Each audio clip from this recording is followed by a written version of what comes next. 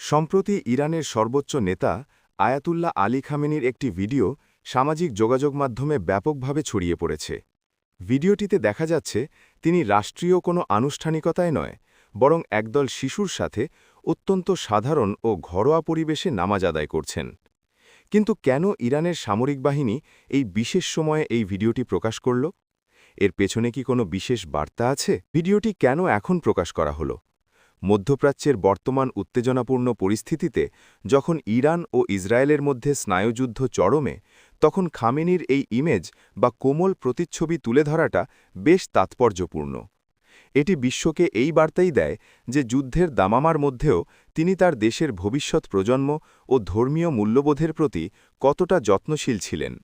ভিডিওতে দেখা গেছে একদল কন্যা শিশু অপেক্ষা করতেছিল আয়াতুল্লাহ খামেনির জন্য, আর তিনি শিশুদের মাঝে আসতেই উল্লাসে মেতে উঠছিল শিশুরা।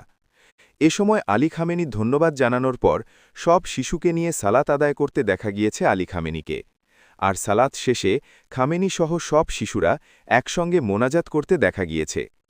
সালাত শেষে প্রিয় খামেনিকে কাছে পেয়ে আনন্দে উল্লাসে মেতে ওঠে শিশুরা।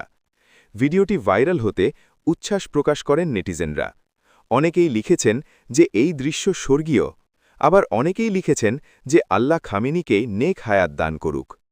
এছাড়া এই ভিডিও প্রকাশ হতেই অনেকেই বলছেন তাদের প্রিয় নেতা আয়াতুল্লাহ খামেনি আসলেই বেঁচে আছেন, যদিও এই সত্যটা সময় বলে দেবে।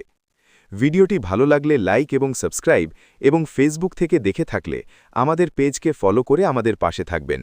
ধন্যবাদ।